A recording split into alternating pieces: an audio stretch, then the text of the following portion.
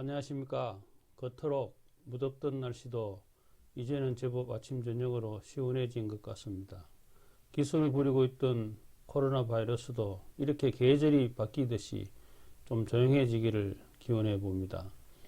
오늘 1년 된 모든 분들과 또 식구 여러분들 성일을 맞이해서 은혜롭고 축복하다 가시기를 축원드립니다. 지난주에는 동대구 교회의 유튜브인 하늘 부모님 성의 동대구 TV에 대한 공지를 좀 해드렸습니다. 지난 5월부터 약 4개월 동안 유튜브 활동을 실시간 예배 영상이나 또 편집 영상을 올리고 있는데 해보면 늘 부족한 것을 많이 느낍니다. 마이크 상태나 조명 상태, 카메라 위치, 또 편집, 말하는 태도 등 고치고 더 배워 나가야 할 내용들이 너무나 많이 있는 것 같습니다. 한 1년 정도 지나면은 조금 정상적인 활동을 하지 않겠나 생각합니다. 부족하더라도 많이 격려해 주시고 지도 편달도 바라겠습니다. 구독 신청도 많이 해 주시기를 바랍니다. 오늘 말씀의 제목은 신앙생활은 간절해야 한다입니다. 오늘 말씀을 위해서 말씀 훈독을 하겠습니다. 전성경 824페이지에 있는 내용입니다. 신앙생활은 간절해야 합니다. 배고픈 사람이 밥을 그리워하는 것, 어머니를 잃은 아이가 어머니를 찾는 것과 마찬가지로 그런 간절한 마음이 앞서야 합니다. 신앙의 길, 신앙의 목적이라는 것은 보이는 것이 아니기 때문입니다. 하나님의 뜻이 보입니까? 하나님의 뜻은 사람을 통해서 이룰 수 있는 자리까지 가기 전에는 보이지 않습니다. 세상에서는 전부 계획을 하고 설계를 하고 예산을 편성해서 펼쳐나가지만 하나님의 뜻은 눈으로 볼 수도 없고 만질 수도 없습니다. 그러니까 그 보이지 않는 세계를 추구하고 거기에 대한 목적을 현실에서 이루어 나간다는 것은 지극히 어려운 과제입니다. 여러분의 눈은 보이지 않는 것을 보게 되어 있는 것이 아니라 보이는 것을 보게 되어 있습니다. 또 느끼는 것도 보이지 않는 것을 보고 듣고 느끼게 되어 있는 것이 아니라 보이는 것을 보고 느끼게 되어 있습니다. 이 말씀에 보면 신앙생활은 간절해야 한다고 하십니다. 얼마나 간절해야 하는가? 배가 고픈 사람이 밥을 간절히 그리워하듯이 간절해야 한다는 것입니다. 어머니를 잃어버린 아이가 어머니를 간절히 찾듯이 그런 간절한 마음으로 신앙생활을 해야 한다는 것입니다. 먹을 것이 없어서 밥을 굶어 보았습니까? 어릴 때 부모를 잃어보았습니까? 어머니가 자식을 잃어버려도 애간정이 다 녹지만 어린아이가 어머니를 잃어버린다면 얼마나 마음이 불안하고 간절하겠습니까? 그런 간절한 마음으로 신앙을 해야 한다 하는 말씀인 것입니다. 간절하다는 뜻은 무엇을 절실하게 원한다는 뜻입니다. 우리가 신앙을 하면서 그렇게 간절하게 원하면서 해보았습니까? 어떤 분들은 신앙을 왜 그렇게 힘들게 하느냐, 좀 쉽고 편하게 신앙을 하라고 권하기도 하지요. 그러나 이 본문 말씀처럼 보이지 않는 하나님을 찾아나가는 것이 신앙이기 때문에 그렇게 간절하게 하지 않으면 가다가 길을 잃어버리게 된다는 것입니다. 사람은 보이는 것만 믿고 느끼게 되어 있어서 간절하지 않으면 자칫 목적이 막연하게 되어서 신앙의 동력을 잃어버리기가 쉽다는 것입니다. 오늘 내가 그동안 얼마나 신앙을 간절히 하고 있었는지를 한번 되돌아보는 계기가 되시기를 바랍니다. 우리나라의 종교인에 대한 현황을 조금 살펴보겠습니다. 우리나라 종교인 통계는 10년마다 정부에서 조사를 한다고 합니다. 인구조사는 5년에 한 번 하죠. 지난 2005년 통계를 보면 우리나라 종교인은 52.9%이고 종교가 없다고 답한 무종교인은 47.1%였습니다. 그러나 그것이 10년 후 2015년이 되어서는 종교인이 43.9%이고 무종교인이 56.1%가 되었습니다. 종교인이 반이 넘었다가 10년 만에 종교인이 43.9%로 종교인보다 무종교인이 더 많아졌다는 것입니다. 그러니까 우리나라는 최근에 점점 종교 인구가 줄어들고 있고 무교가 점점 늘어나고 있다 하는 것입니다. 그런데 무종교인도 종교가 없다는 것이지 신이 없다고 믿지는 않습니다. 종교만 싫어하는 것이지 신을 인정하는 사람도 그 중에 많다는 것입니다. 그렇지만 신을 완전히 부정하는 사람도 많은데 그런 분을 우리는 무신론자라고 합니다. 2012년 갤럽 조사에 의하면 우리나라에 무신론자가 15%가 있다고 합니다. 우리나라 인구 중에 15%는 신이 있기는 뭐 있어 죽으면 끝이지 하고 신을 믿지 않는 사람이라는 것입니다. 무신론자의 비율이 가장 높은 나라가 전 세계에서 중국이라고 합니다. 47%라고 하죠. 그리고 일본이 31%, 체코가 30%, 프랑스가 29%입니다. 이어서 우리나라가 15%로 세계에서 5위에 들어간다고 합니다. 이 통계를 보면은 우리나라가 종교천국이라고 하지만 실상은 그렇지 않다는 것입니다. 무신론자의 비율을 보아도 그렇고 종교인의 비율을 보아도 우리나라는 무신론자의 천국 또는 무교인의 강국이라고 보아야 하는 것입니다. 이번 코로나 바이러스 사태로 앞으로 종교인이 더 줄어들겠습니까? 아니면 더 늘어나겠습니까? 더 두고 보아야 하겠지만은 아마 더 줄어들 것입니다.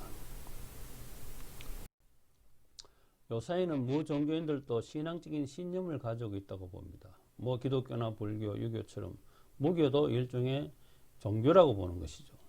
신을 있다고 믿는 신념이나 신이 없다고 믿는 신념이나 다 똑같은 신앙적 행위라는 것입니다. 그래서 무교인들도 전도 행위를 합니다. 다른 사람들에게 종교는 거짓말이야, 속으면 안 돼 하면서 사람들에게 무교의 정당성을 전파하죠.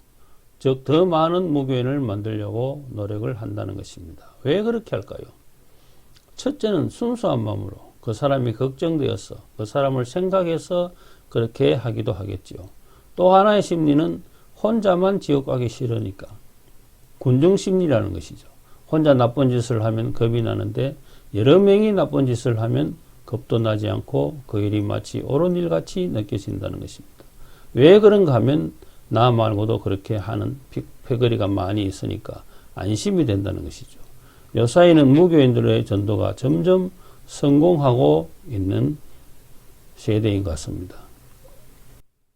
오늘 우리가 여기에서 신앙을 간절하게 해야 한다는 뜻은 신앙을 얼마나 절실히 필요하다고 생각하느냐에 대한 말씀인 것입니다.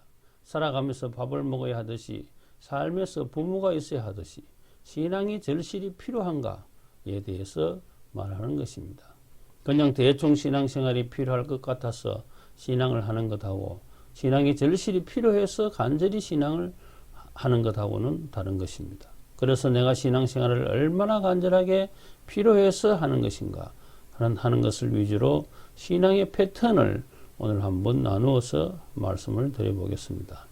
즉 신앙을 그렇게 간절히 필요하지 않는 입장에서 신앙생활을 하는 분과 정말 간절히 신앙생활이 필요해서 신앙을 하는 사람과의 차이를 말씀드리고자 하는 것입니다.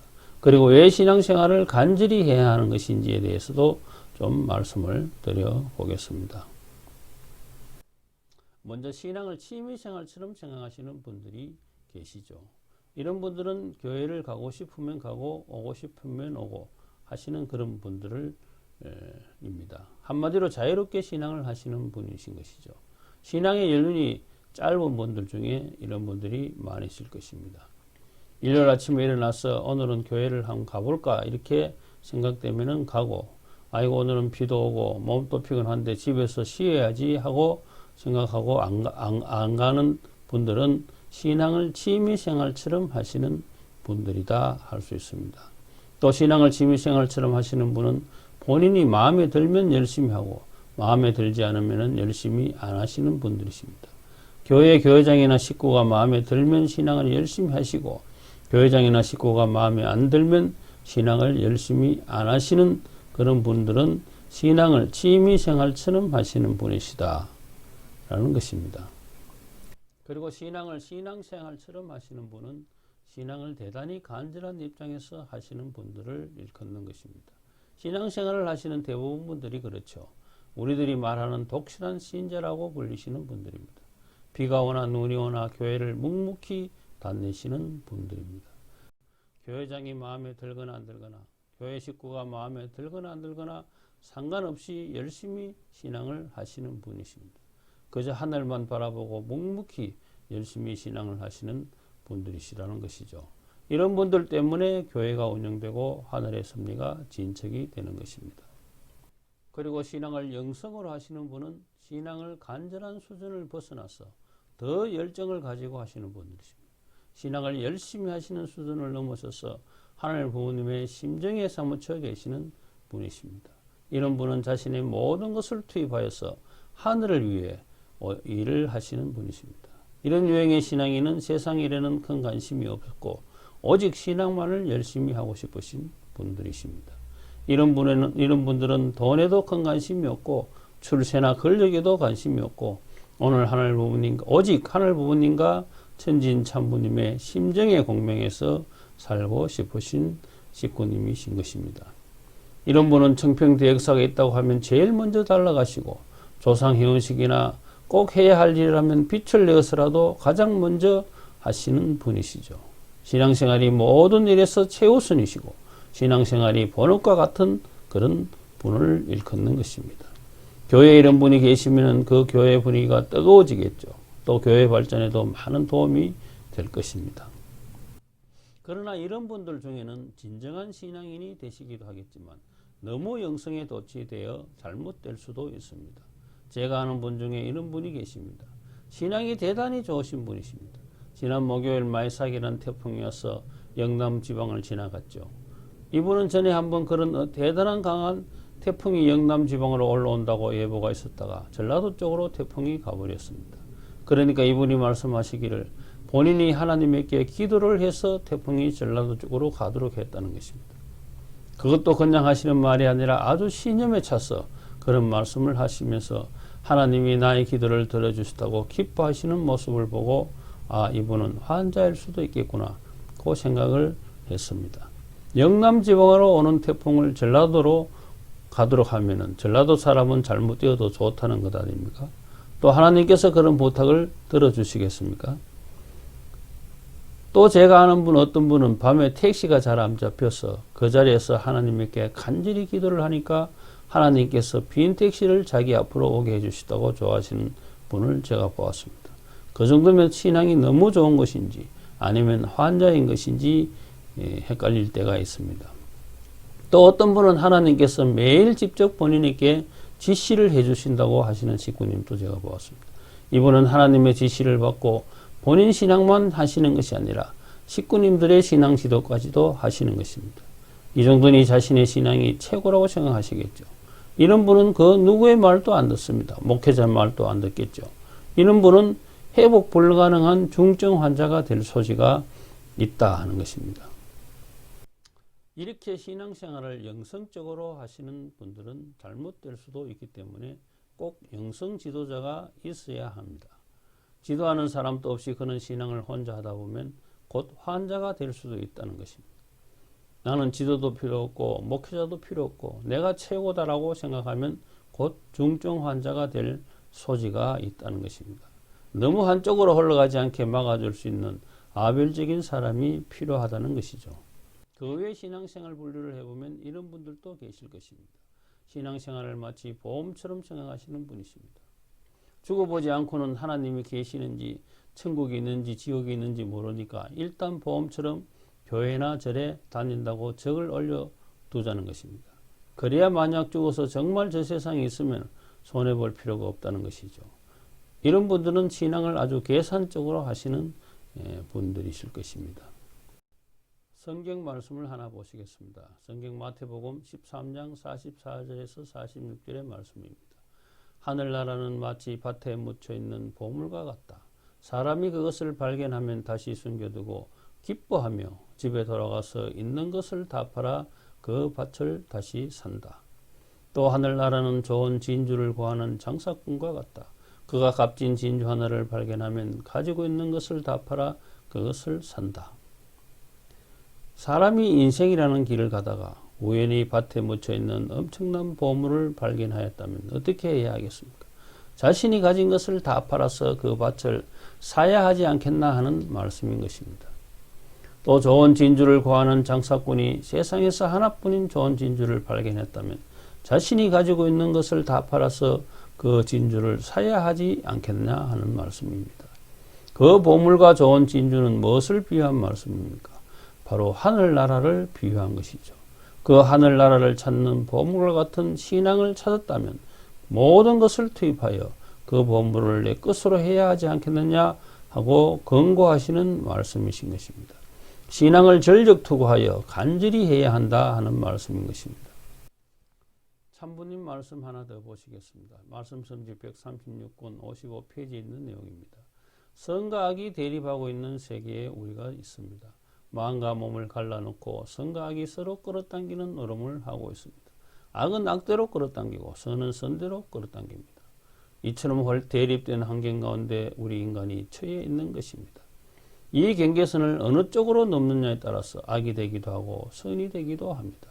여러분은 이 경계선에서 방황하고 있습니다.